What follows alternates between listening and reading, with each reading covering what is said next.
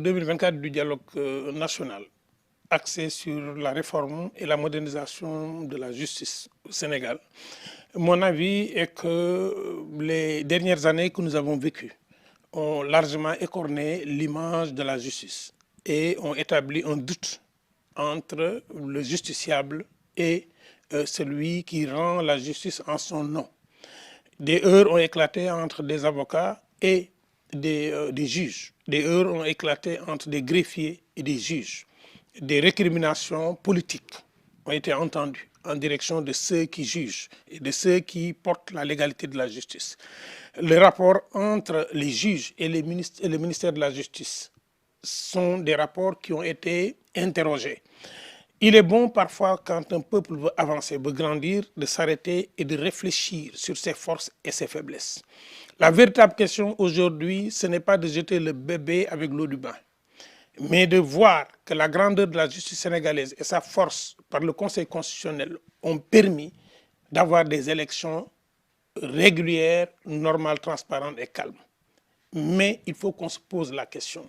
La durée des détentions préventives, la question du séjour carcéral, la prise en charge des délits mineurs, les retours de parquet, mais surtout la rapidité avec laquelle certains voleurs, certains agresseurs sortent de prison.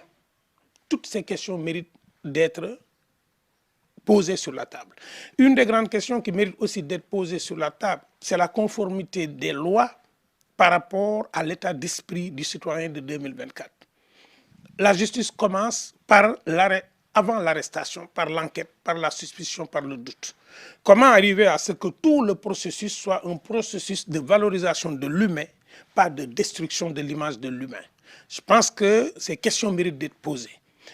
Comme nous sommes dans un système où tout se tient, la place du procureur face au juge, la place de l'avocat face au juge, l'avocat qui est engagé dans un dossier, son rapport au bâtonnier, son rapport à l'ordre, toutes ces questions doivent être interrogées, mais qu'on ne s'arrête pas juste à l'aspect pénal, qu'on pense à l'aspect social.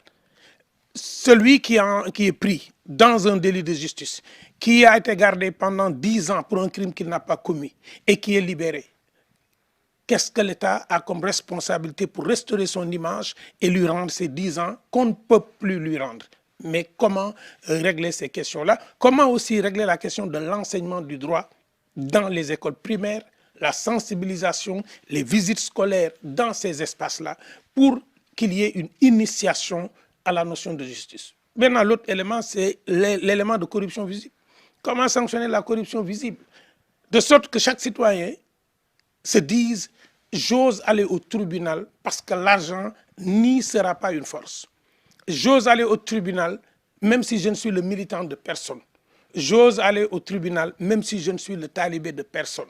J'ose aller au tribunal juste parce que je suis un citoyen et que la justice de mon pays est une justice libre, équitable et une justice qui répare les torts qu'on m'a causés. Donc je pense que le dialogue national d'édition 2024 a vraiment raison de poser la question de la modernisation, mais surtout la question de la transparence.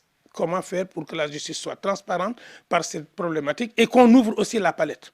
Que ce ne soit pas un débat entre des intellectuels du droit, mais les praticiens du droit, ceux qui vivent avec les détenus, les problèmes qu'ils rencontrent, on doit les écouter. Ceux qui, sur le processus, procèdent aux arrestations, les huissiers qui vont amener les convocations. Il faut que toutes ces catégories soient respectées et que les intellectuels non praticiens du droit sur le terrain fassent preuve de modestie et écoutent ceux qui ne connaissent rien du droit, mais qui connaissent la